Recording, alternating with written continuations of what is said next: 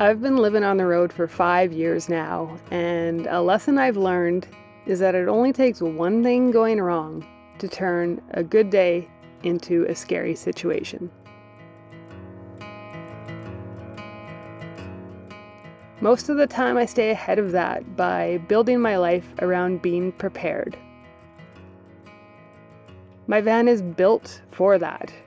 Every detail, every system, it's all designed so I can live out here safely and independently. But that also means I rely on a lot of moving parts, and those things can break. If I can't fix this, I don't know how I'm gonna get up to my bed. My wheelchair lift back there on my camper van just broke. I've been through breakdowns before. Moments where things just didn't go as planned and I had to stop and think and figure it out. Because out here, it all comes down to one thing: being prepared. Today, something went wrong in a way I couldn't have planned for, and suddenly I had to rely on something else. My ability to problem solve and stay calm when things don't go as planned. I am in a bit of a situation, to say the least. Where do I begin? First of all, I'm in Canada and I'm about an hour away from the nearest town, and I am stuck outside of my vehicle. I cannot get inside my vehicle. Yeah, I'm still in my pajamas. I just came outside quickly to plug in my power station and portable solar panels and tried to get back into my van, and the door will not budge. So this is the state of my sliding door, the way I get in and out of my van. And it will not open.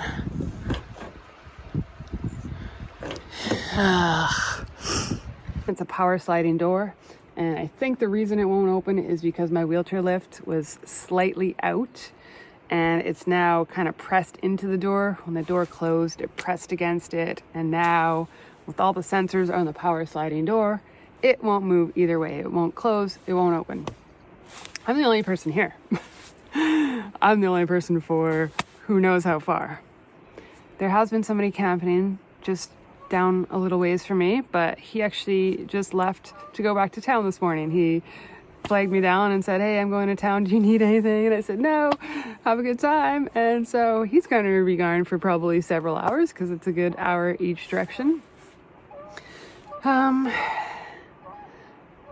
Yeah, I'm kind of trying to figure out what to do. I don't have cell service. I've been camping here for like 4 or 5 days now, and I don't have cell service. I do have Starlink, but it's inside my van and it's not powered on because my inverter is off. And I do have my Garmin InReach satellite communicator. It's always in my bag on the back of my wheelchair, but I don't even know who I would contact or what I would do with it.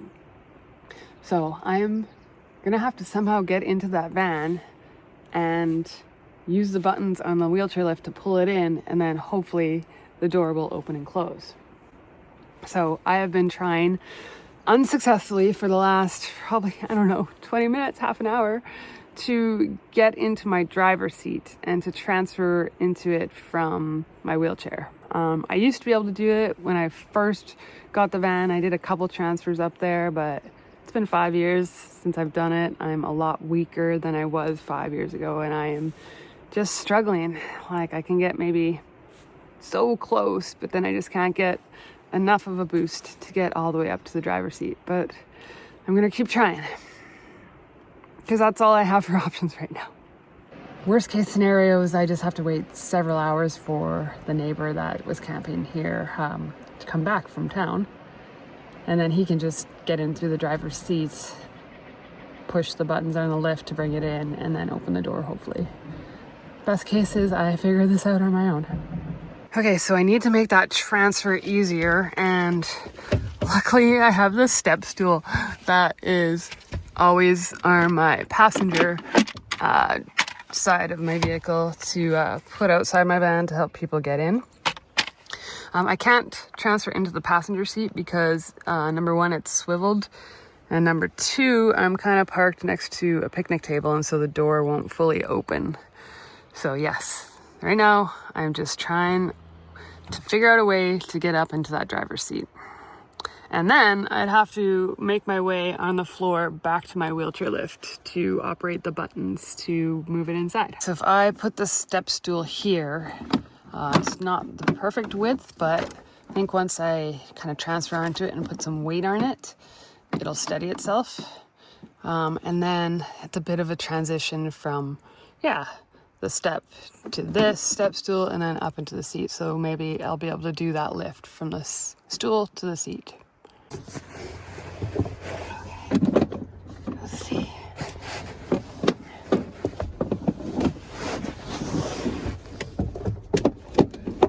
Oh, it just broke. Well, I just snapped it. It broke. It says it's rated for 300 pounds. I am definitely not 300 pounds, but it doesn't seem to matter here. So I have a yoga block that would work perfectly for this situation, but of course it's inside the van. But it would be the perfect solution, but I'm gonna see what I have in the back of my van that might also work instead of the step stool.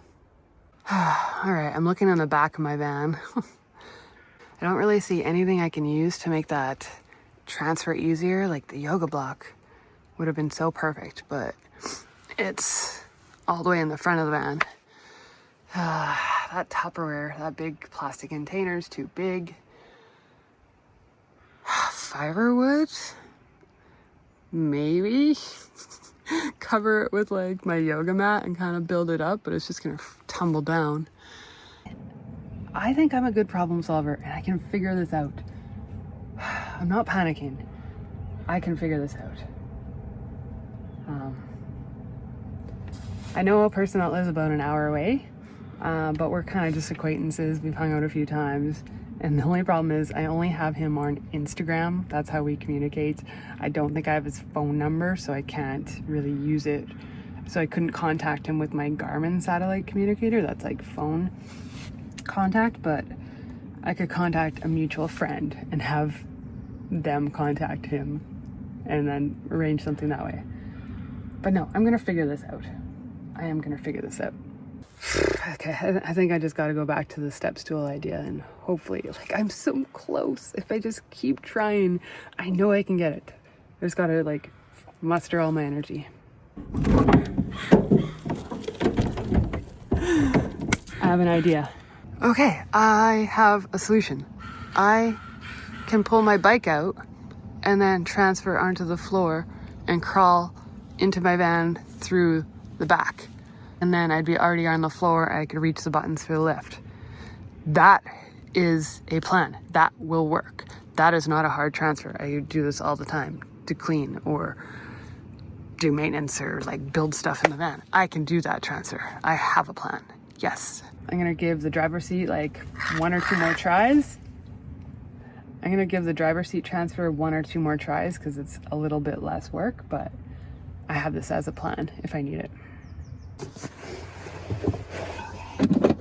Let's see.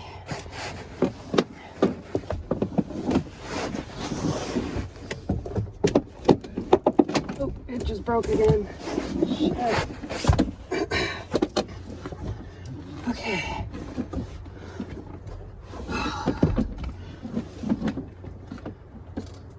That's not gonna work.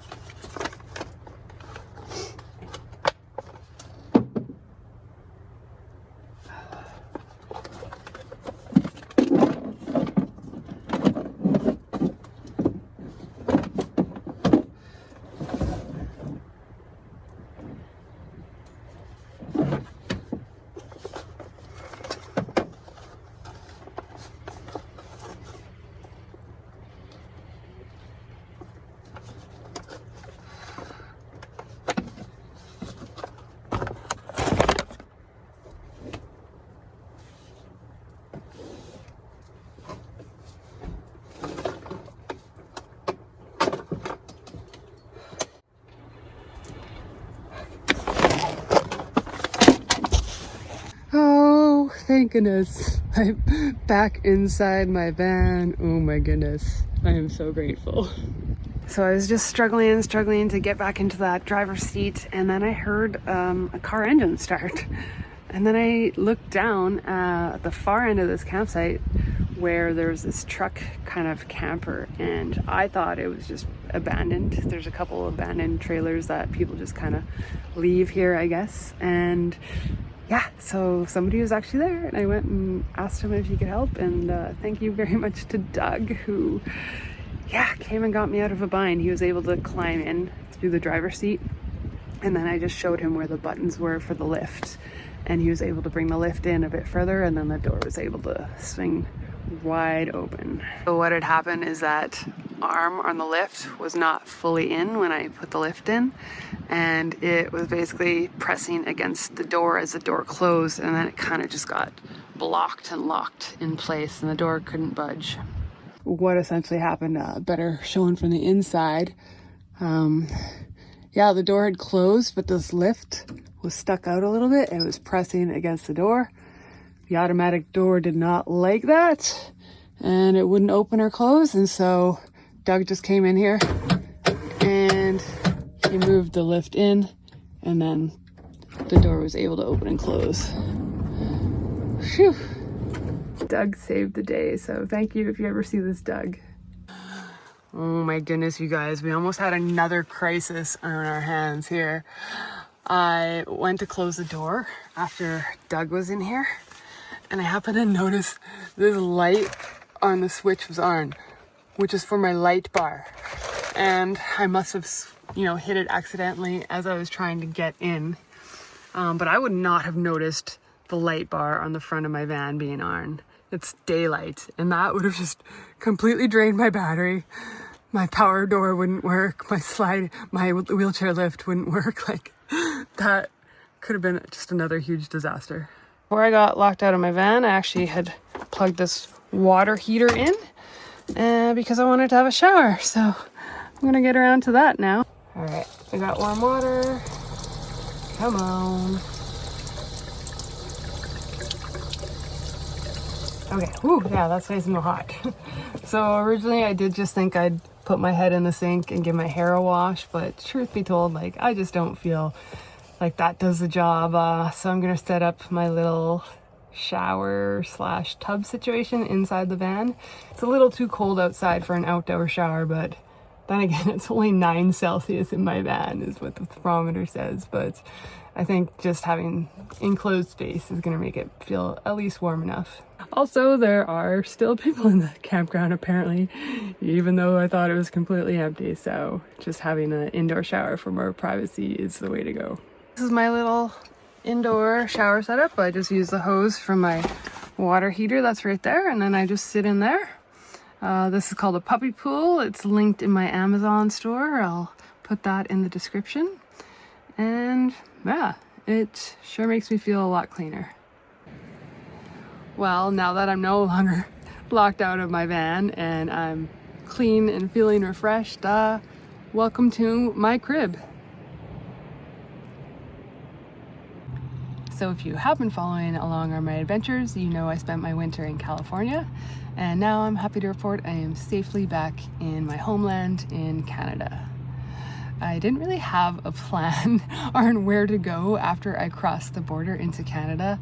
I don't have to be back to my home province in Saskatchewan for at least another month, and also they just got a foot of snow, so I am not in a hurry to get back there. So I just kind of looked at the weather, and I ended up hopping a ferry to Vancouver Island, and one of the big draws for me to come to Vancouver Island is the free camping. As you can see, this is a beautiful spot. So I've been at the site for 5 days now, and really I don't have a plan. I'm gonna stay here until I either run out of fresh food, fresh drinking water, or my van needs to charge because it's not getting enough solar. It's actually been really windy and somewhat cloudy for the last 2 days, but today the sun finally came out, so it's a good day to get the shower in and get outside. As you can see, there's still snow up in the mountains over there, but this is just a gorgeous spot. So yeah, I've just been kind of hanging out, getting adjusted to the temperature here and enjoying being in one spot. Also enjoying being in peace and quiet. A lot of my winter is spent camping in cities, and I get really tired of hearing cars go by and trains and sirens. So I'm just really enjoying the peace and quiet out here. Anytime I have a situation where something unpredictable or unplanned happens, like this morning being locked out of my vehicle, I try to take lessons from it and learn from it so I'm more prepared for the future. So as an example, I had a bear try to break into my van in the middle of the night once when I was sleeping, and I was up on the bed, and I couldn't see out my back window because it was pitch black. I couldn't see what was happening around my van. I couldn't see what was happening in the front because I couldn't get there quickly enough because of my paralysis. So that really made me realize how important it is to be able to see what is going around my van when I'm up in my bed. So ever since that happened, I adapted and I added security cameras so I can see what is happening all around my van. I also added a motion sensor on the back of my van with lights so that, yeah, if I am in the middle of nowhere, it's so dark, I can at least, see if something is moving out there. And I want to do the same for this. I've always had the plan that if my sliding power door malfunctions or doesn't work, that I would just get into my van through the driver's side. But obviously today I realized that that's not going to work. I can no longer make that transfer. So I think I'm going to have to address that once I get back to civilization. So I've been looking at this a little bit closer, and I think my plan of, yes, having a transition here that I could transfer onto and then up into the top of the driver's seat, that would work. And what I'm thinking I might do is almost do like a flip up shelf, like have a piece of wood here that's hinged, and then it can flip up and enough to hold my weight and figure out that height, so then I can get up onto this level and there, and then it would just always be in place, and I would have that as an option to get in, but it would, tuck out of the way. It wouldn't really be a hindrance at all. So I think that's my plan when I am back home in Saskatchewan this summer, is to figure out a way that I can easily and safely get into the driver's seat if that situation ever comes up. Sun is out, it is gorgeous, and spring is here from the looks of it. That also means spring cleaning and organizing. I gotta do a deep clean on this van. It's tidy, but I need to just get rid of the dust and dirt that has accumulated over winter. And it's also sadly time to put away all this surf gear, since I won't be surfing at all for the next probably 7 months, if not more. I don't need this in the front of my van, and so I'm going to move this all to the back of the van and then get the van set up and more ready for bike season.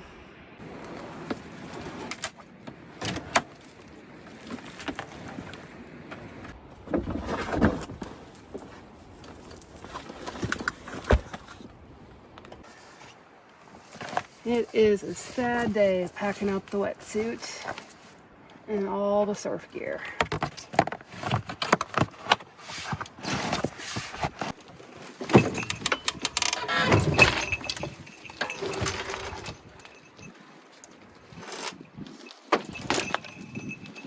It's a little bit dirty in here, I'd say.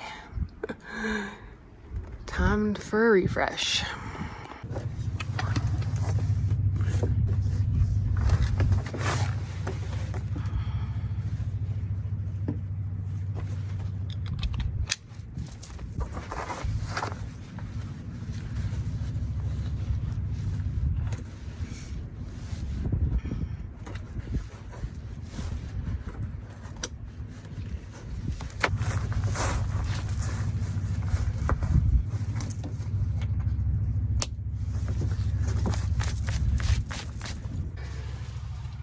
Oh my goodness gracious.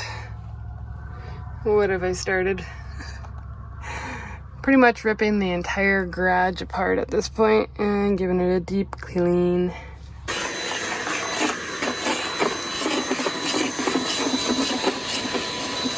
Okay, that's looking much better. Now I just gotta put everything back in.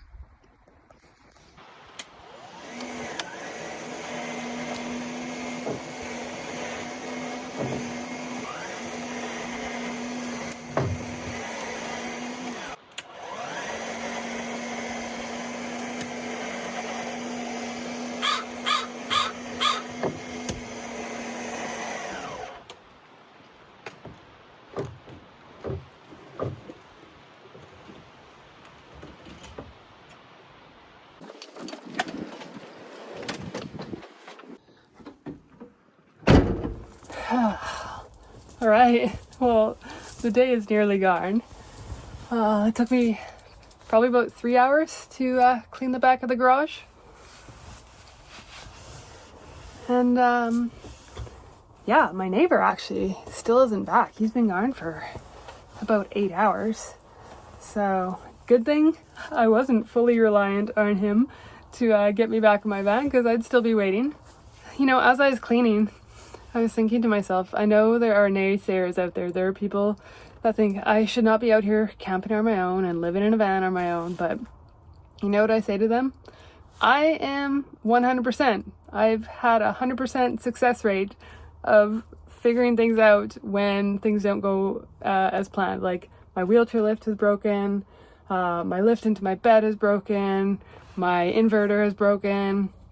I've fixed all those things, you know, and I got myself out of the situation today. So I'm, 10 for 10 on figuring a way out of things without, you know, having to call search and rescue or 911 or something like that. So yeah, go away, naysayers.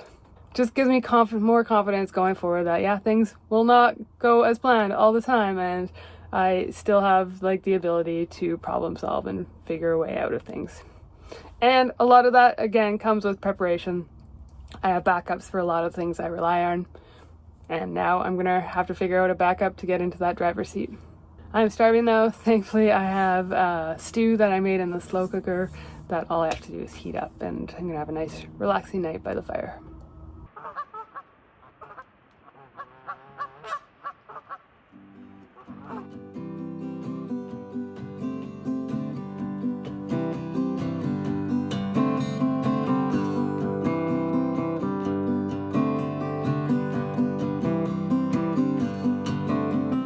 Take care that you don't end up with a cement heart.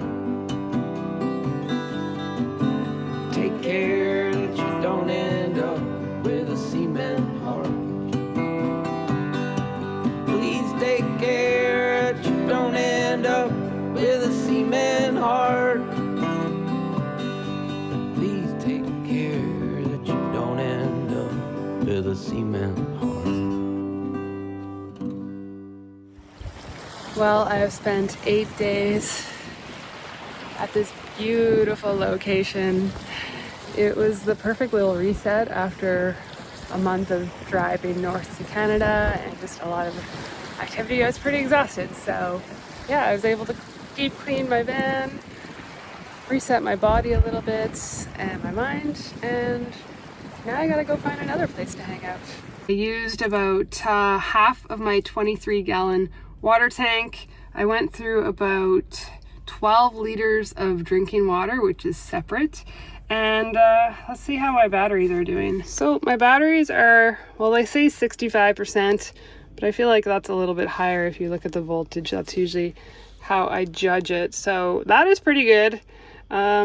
Considering I didn't drive or charge my batteries at all with the alternator, and it was pretty cloudy for a lot of the time here. Yeah, so this is the first really long stint I've done with just being parked in one spot. Ever since I upgraded my batteries that Chrome from the Chrome project, or formerly Van City Vanlife, gave me. So definitely makes a huge difference. They'll probably be fully charged by the time I get to town, which is an hour away. So yeah, it's just good to know that I can easily spend a week in the middle of nowhere without having to worry about power.